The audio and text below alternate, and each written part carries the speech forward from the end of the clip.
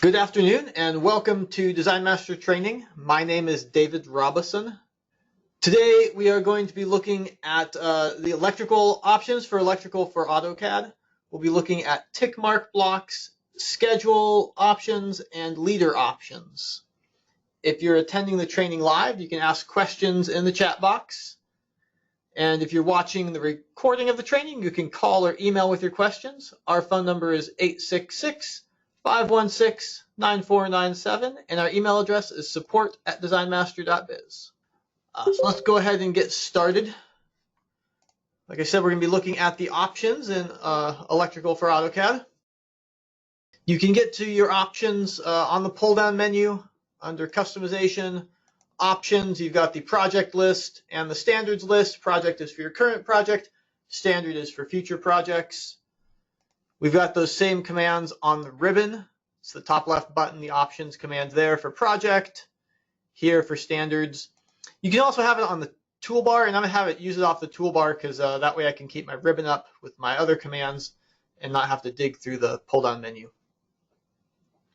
So let's open up the options command. And we are looking first at tick mark blocks, which are down here. So in Design Master, you can insert tick marks on your home runs and loops. So these options control what those tick marks look like and their spacing to get the graphics looking right. So I'm going to go ahead and circuit up a couple devices. All right, so we have some tick marks now displayed, and so this is going to be our default graphics, but we can change these, and that's what these options are going to control. So I can go into options and go to the tick mark blocks. We have blocks for the hot wire, switch legs, switch travelers, the neutral, the ground, and the isolated ground. I'm going to go ahead and take the hot block here, and I'm going to, if you click on it, you can browse and choose a new block. And if I filter to show just all my tick mark blocks, we have included with the software a couple different options built in, and then you can add other options as well. So I'm going to take this X block just so that we have something different. So my hot block is going to be replaced with the short tick and replaced with an X. Click OK. And if I redraw my home run, it'll update that. So now it's swapped out that block with an X rather than that short line. So there's just a different block in there. You'll notice that everything's kind of squished together because it's a wider block. That's where the spacing comes into play. So we can adjust the hot spacing here. So this is the distance that we're going to have surrounding that. This is going to be in kind of inches on the printed page. So like 0.1 is going to be 1/10 of an inch, kind of the size of your text. Mostly that just needs to be bigger than what it is right now. So I'm going to increase that to 0.06. And the redraw command I used is on circuiting. I just did the draw home run and loops command a second time. If you run that, it'll give you a chance to redraw the home run, and it'll update everything after you run that command. And so it spaced everything out a little bit more. We could probably use a little more spacing. So if you want to adjust your spacing, it's probably good to just be a bit of a trial and error process to get it right. I'll do 0.09. And that's a little bit more spacing. Now those symbols can breathe. So that's how you can control the block and then the spacing for your tick marks. If we open up that block, the block itself doesn't really have anything in it. It's just a block. It has an insertion point, and it just has to be the right size and everything. So there's really nothing special to these tick mark blocks. They just have to look how you want them to look. So you can draw your own. You can modify ours to create custom blocks. So if we wanted an X with the box around it, I could just come in here. I'll give that a new name. And then we can choose that as our new block. Tick mark box. And I'm going to probably need to adjust my spacing. And now we have new tick marks. So that's an example of how you can adjust those blocks. And we have options for each of your different types of tick mark. So you've got your hot, your switch legs, and your travelers. So if you're actually doing switching, we have different tick marks that are used for those different wires, and then the neutral, ground, and isolated ground. For this training, we're skipping over elevation labels and 3D drafting. That's kind of all 3D related, and we'll be handling that in another training in the future. We're going to jump to schedules next. When you put in your schedules, there's a couple different options, just 3 here that kind of control what these are going to end up looking like. So I'm going to start by putting a schedule in. So we'll work with the luminaire schedule here. When we run the insert light fixture schedule, that's when this comes in. We have the option to limit the height of a schedule.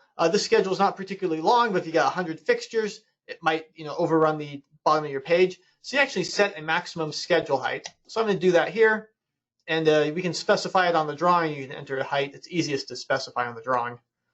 And basically, it's drawing from the top left, and you can tell us where the bottom point is going to be. It fills that in for you and click OK. And when you do that, you can see that it limits the height to that, and then it does an additional schedule section over here. So if you had 100 light fixtures and you wanted to break it up, that would be the way you could do it, and then you can fit them all on a page nicely. Now, the options are going to control some of the values that we see here. The first option is the schedule title justification. That's just where this text here, if it's going to be on the left or in the center. So right now it's left justified, but we can move that to the center if we'd prefer. I'll make that change, update that schedule, and it'll move that label into the middle. So just depending on how you want those to look, it'll adjust it. It's a single setting for all of the schedules, the idea being that you probably want your schedules to look the same within a project. So it is a uniform setting for the whole project. We can also adjust the alignment. So I'll go to the next option. The justification of the column labels. Again, those can be center or left. So right now they're centered. I can adjust them to be left and reinsert the schedule. And it'll take all of those labels and move them from the center over to the left-hand side. So those are the options you have for your schedules. And those, again, are for a whole project. Finally, we can control what this little label is here when you have a continued schedule. By default, we say continued, abbreviated, but you can adjust that if you want to say something different. So you can just adjust this text if you don't want to abbreviate it. If you want to say continued, you can do that, or you could get rid of it completely if you want to. Insert the schedule to update it. And then it changes that text. And there's a question. Is reinserting the only way to update the schedule? Generally, that's the way to do it. So the insert and the update are kind of the same command. Rather than having an insert command and an update command, they're just kind of rolled up together. So if the schedule's already on the drawing, it'll just update it. If you have a bunch of schedules on the drawing, like you do on this one, we do have the update all command. And this will update all your schedules and your one-line diagram in one fell swoop. So if you've got multiple schedules, you did a bunch of work, and you want to update it, you can just run this command, and that'll update everything for you. So it saves you a little bit of work updating each individual schedule. So that command won't put anything new in, just update what's already on the drawing. These aren't specifically in the options, but since we're looking at schedules, if you want to otherwise customize them, in all of our insert schedule commands, we have the edit title, column labels, and column order button. You click that, and that's going to control what columns we include and what the title is. So the title is the first one. You can just put in a new label there. And then you have all of the columns that you can turn on and off, each listed with the option to turn it off, and the justification of the actual text in that column. So we could take this call out, and we could center justify that if we wanted to. And we could take this lamp, and we could right justify it. And we can add additional text here for the labels. call that lamp label, just to show the change there. Click OK, and OK again to update. So it says lamp label, so it's got the new label. It's centering this. It's right justifying these values. So that's how you modify the individual columns in your schedule. The options are kind of the global settings for all your project, and then that's for the individual columns in a specific schedule. The last set of options we're going to look at are the leader options. There's only a couple here. These control the leaders that are inserted when you have notes. So if we come here to a device, if we have a note, or we can add a note, so we can just insert an arbitrary note. Call this our training note. So you run the insert note command, give it a value. If you want multiple lines, you can click edit. You can do more lines, and then you can have a multiple line note.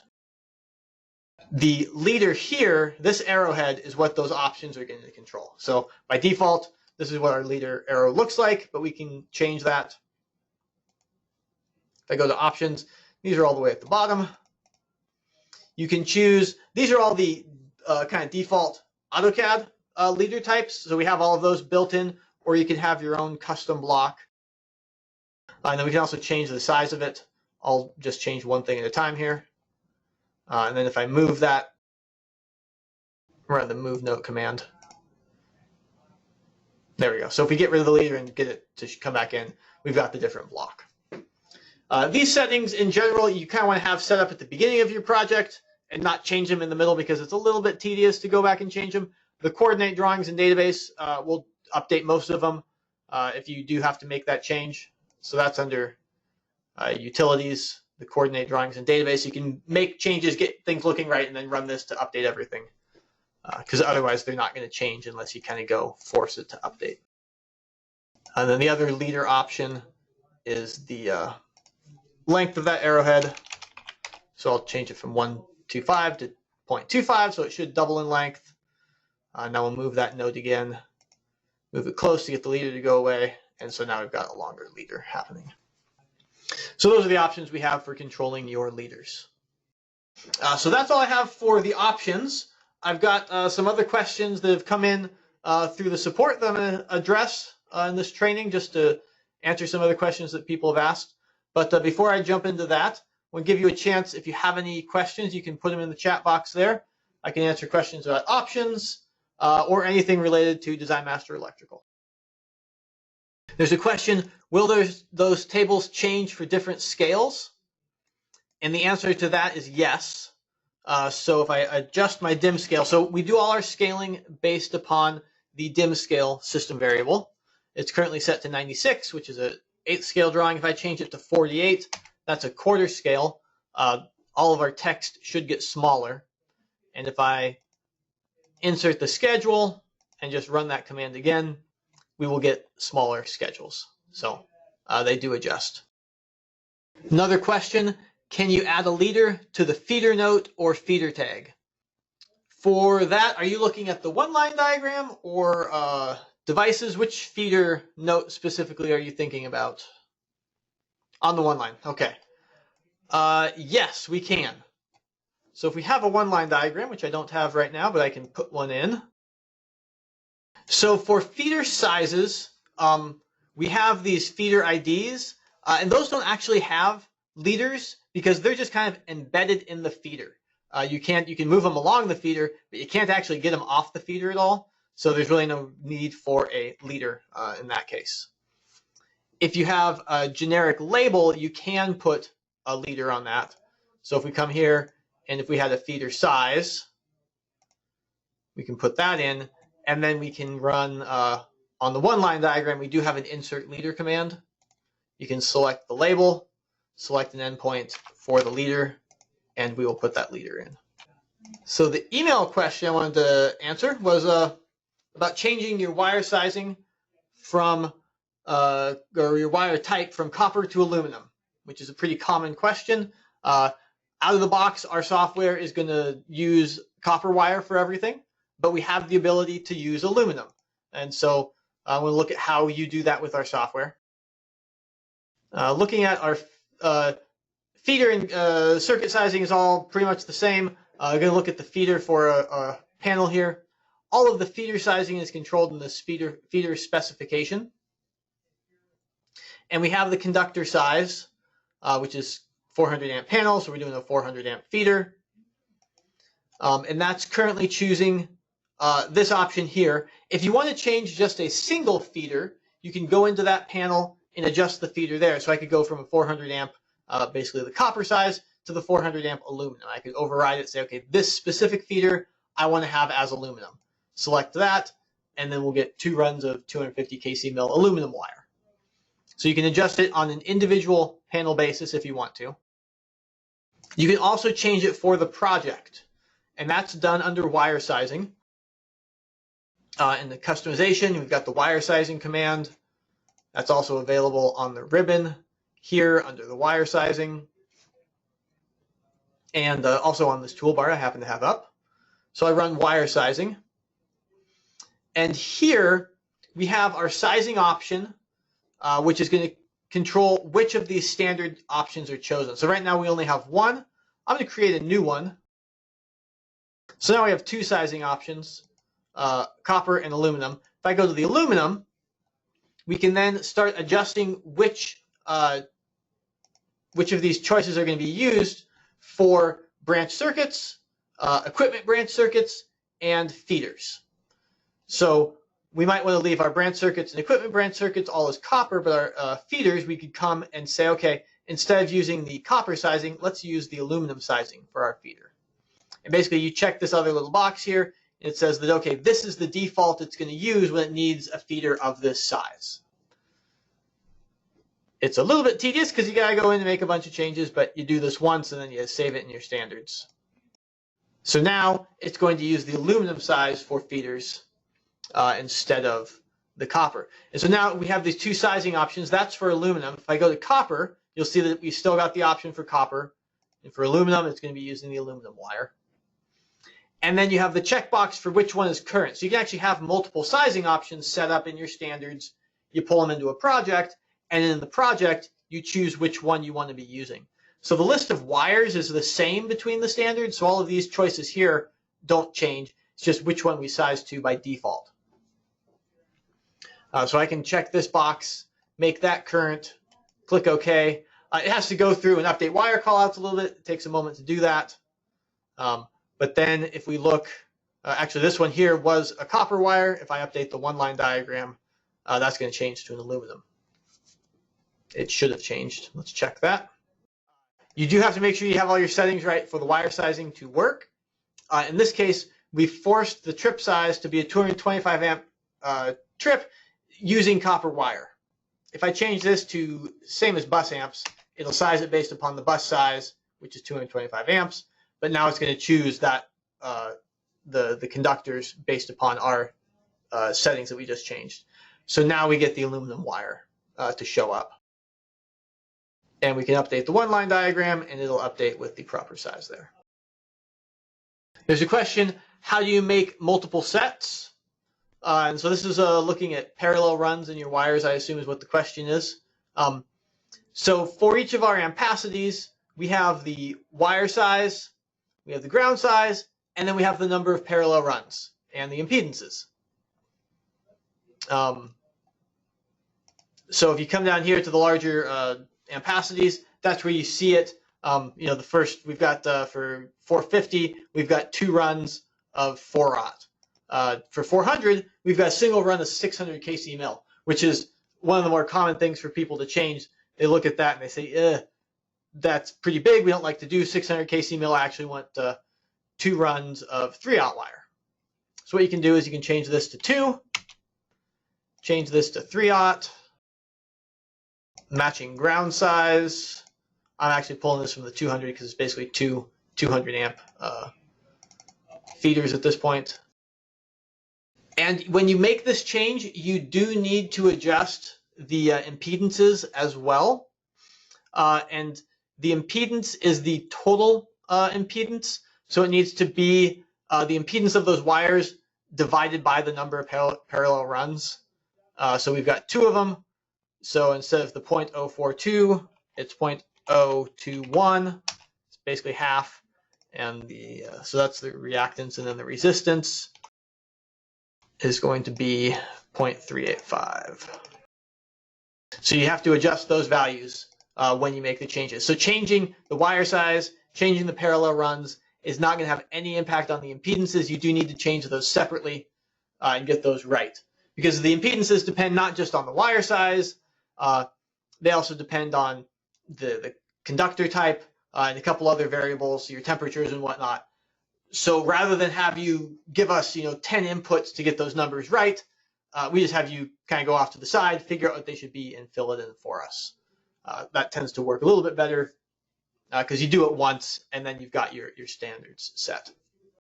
Today we are going to try something new. We get a lot of projects in from customers.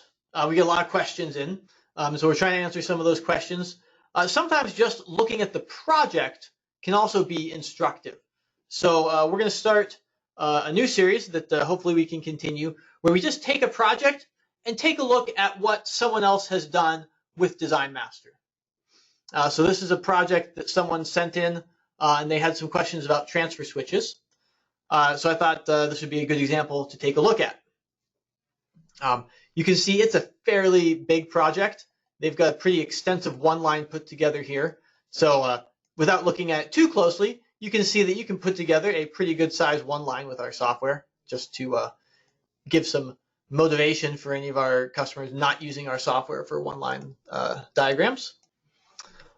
In particular, their question was related to transfer switches. And let's go ahead and take a look at this panel here. You've got this panel MDP A plus B, and it's feeding these two switchboards. And they noticed, and they were asking, what's going on with these load values? Because you look at these switchboards, you've got 700 kVA on phase A for switchboard A, 500 on phase B. 7 plus 5 is 12.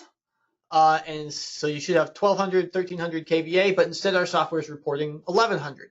And they're asking, why is that happening that way? What's going on with these numbers? And the answer is that they have transfer switches. And so our software detects that, and it makes sure to not double count loads. Their one-line diagram is pretty involved, and it's a little tricky for me to even follow, having not put it together and not having a whole sheet in front of us. So I created a simpler copy of their one line, just using our standard generate command to demonstrate what's going on here. So you've got that main panel that we were looking at feeding the MDP A and B. So those are the two panels. And if you go down to the bottom, you'll see that they've got a number of panels here fed by these transfer switches. The transfer switches feed into these panels here, which go into the A panel, which goes into that one. And then the other side goes into some transformers and goes into the B panel, which also feeds into our A plus B panel. So this panel here is, the load is both showing up on panel A and on panel B. So when you bring those together, you don't actually want to see the whole load on both of the, you don't want that panel load counted twice. Because either it's going to be fed from panel A or panel B. It's not going to be fed from both because there's only going to be one panel. So we do the full load up to the point right before they join on both sides. But then when they do join back together, we see that, and so we strip out the other half of the load. So that's how you can end up with the load on this A plus B panel being less than the sum of the two panels below it, because there's actually the same load being shown on both of those panels. So that's what's happening with the transfer switches there. They've got a lot of panel schedules in here. And if you zoom in at they've got a couple UPS schedules. And this is a common thing that people run into, particularly with our older panel schedules, is that the UPS schedule block that they've chosen has a main breaker, which is coming in as 60, because that's kind of like a default value stored in the database. But UPS doesn't even have a main breaker. So if you go into our software and you change the UPS, there's no place to set the main breaker size because UPSs just don't have those. But if your schedule happens to have it, it kind of gets filled in when maybe it shouldn't. So they have implemented this workaround with this note that you've got to have this text over here and you got to get your draw order right, which is very clever, but a fair amount of work to get this to draft right. Instead, you and they would be better served choosing a different header, one that doesn't include that attribute. Our older blocks, we didn't have as many included by default. Our newer schedule blocks do. So if we go to this UPS, that's UPS A, we can go to the schedule, and rather than using the switchboard block, we can use this UPS block we have defined. So change the schedule to the UPS schedule, update that schedule, and it'll see that we're using a new schedule block. And I'm going to erase this extra stuff they have in here. And so now we have a schedule, a header that's more appropriate for a UPS. It actually lists the input and the output voltage. It doesn't list the main breaker. It lists the input and output kVA. So the values that actually are appropriate to a UPS. So you don't have to go through all of this drafting work to get it to show up right if you adjust the header to have something more appropriate to the type of block that you're looking at. They also are using our old style of footers. So previously with our software, the footers would always list all of the load types, and it got a little bit complicated when you were switching calculation methods. So in the last release, we implemented dynamic footers, so it will actually adjust the values that are being shown here. So if you're seeing lows that are zeros, that means you're using our old style. We recommend you switch over to the dynamic footers so it shows just the loads that you want and actually can react to you changing your calculation method. So if we look at this, this is MDP-A. So if I go take a look at that panel, it's using the switchboard schedule. If you have an old project, you'll have a dynamic footer choice that we will put in there for you. If you have new projects, we actually change the settings in your options so that the schedules come in with the dynamic footers. So new projects should have them by default. Projects started before you upgraded to our release, which we put out in September of 2018. Those projects will have these choices, so we're not going to change your schedules for you, but we will give you the option to change it. So we'll change it to the switchboard dynamic footer. And now if we update this schedule here, you'll see that this footer is going to change. It dropped off all those zero loads and has just the loads now that are actually being used on this panel. So as you add and subtract load types, it's going to adjust what's being shown here.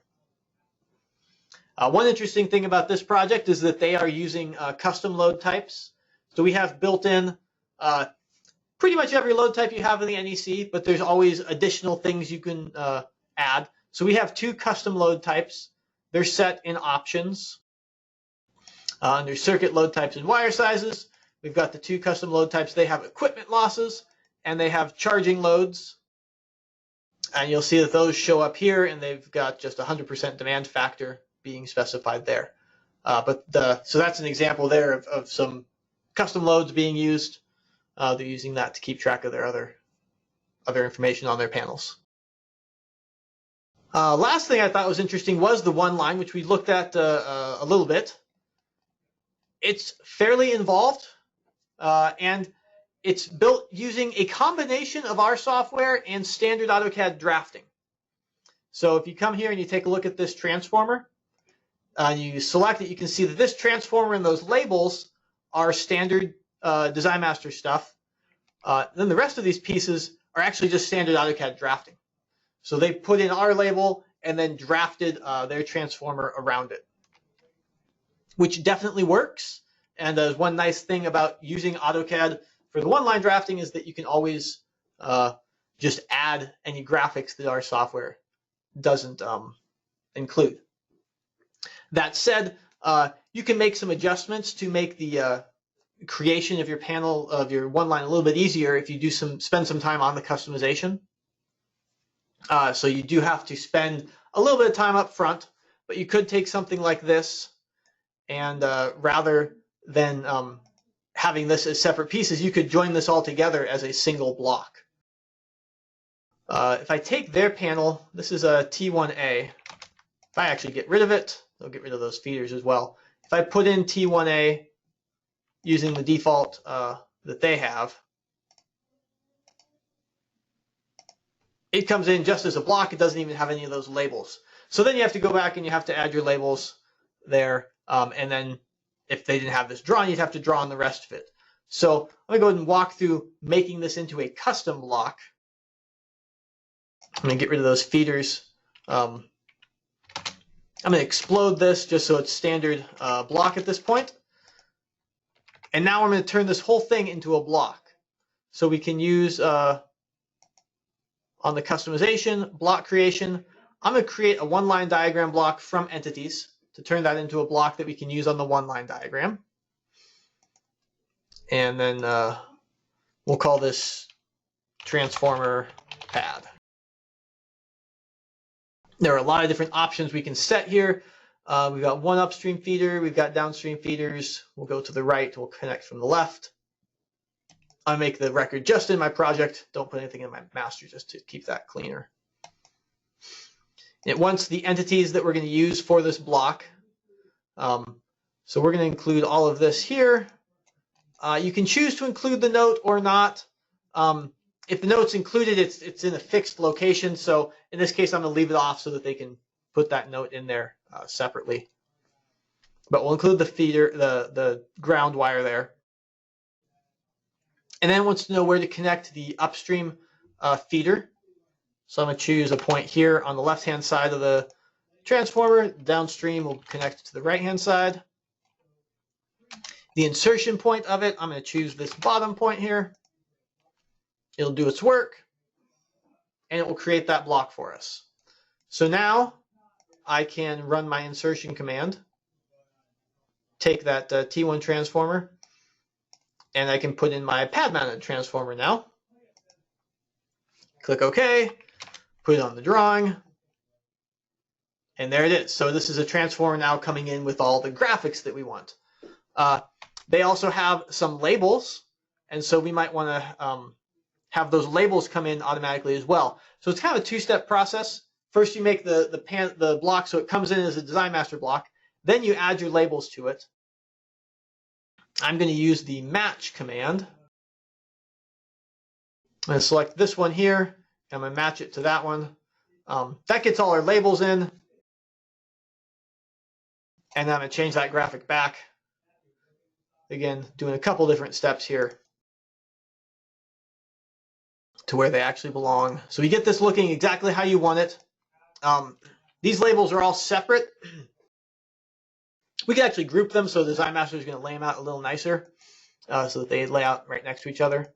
So I'm going to group those as well. So I'll select this label and group this one and this one with it. So now those actually move together as a block. So now we have our block and we've got our labels. So now we run another command under customization, under block creation. We have create one line diagram block from this from one line diagram. We run this, we say okay. I'm actually going to call it the same name. And I'm not going to create the records in the database because they already exist. I'm going to select this block. The block already has the connection points, it has the insertion point. We're just saying, okay, make this block and add the labels to it. It'll do its work. And now it has that new block created in our software.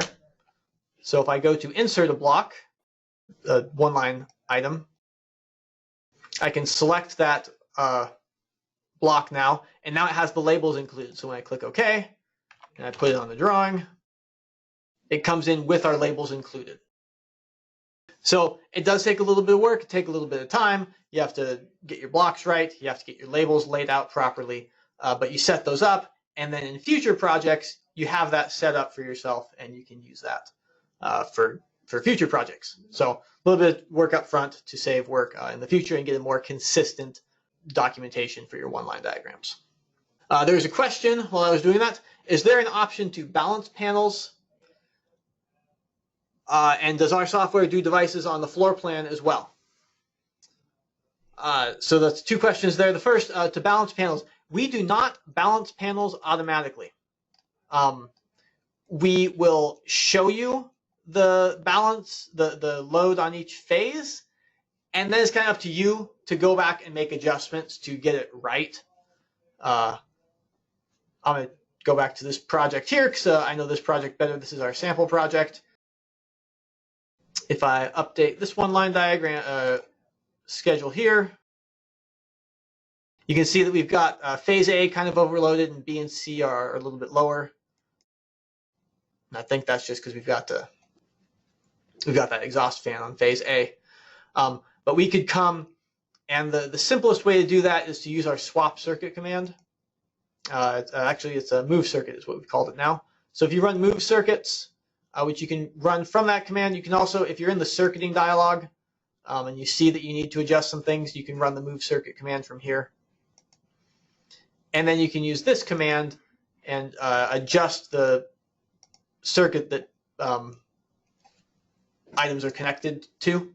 So we could take this circuit 2 and we could swap it to circuit 16. So if we run the swap command, it'll swap those and move everything on that circuit to a different circuit for us. So that's kind of how you can go about balancing it. It's a manual process. It's not automatic. And then the additional question, will our software do devices in the floor plan as well? The answer to that is yes. So over here, we've got all of our receptacles laid out with the home runs and the loops. This project here, they had the question about the schedule, so they just sent me the set schedule sheet, so I don't happen to have the plans for this project. But I'm pretty sure that there is a plan. If we could go to the Project Explorer, we can take a look and see what they actually have set up. Project Explorer is nice because it gives you a little way to browse through all the stuff in your project. So you can see here they've got their light fixtures, and they've got this A light fixture on this drawing, and they've got a lot of them. So as the software fills up its list there of all those light fixtures, here's all of those fixtures. The Project Explorer just gives kind of a unique number for each fixture, and then the circuit that it's on. So you can see that they've got all of these light fixtures on that drawing. And then they've got more types and equipment and everything else. So this project has quite a bit going on. We just have one small snapshot of a schedule drawing for it. But all the floor plans are laid out with our software and connected. And so changes to the floor plan carry through to the panel schedules. I hope for future training to continue to be able to go over projects that people send in. If you have a project that you think would be interesting to look at, I'd be happy to talk about it in a future training, to go over some of the choices and features that you're using. Everyone's projects are a little bit different, and so you can kind of get different views of different parts of the software if you are looking at other people's projects, see things that you wouldn't otherwise use. Thank you for watching today's Design Master training. Contact us with questions or comments by calling 866-516-9497 or emailing support@designmaster.biz.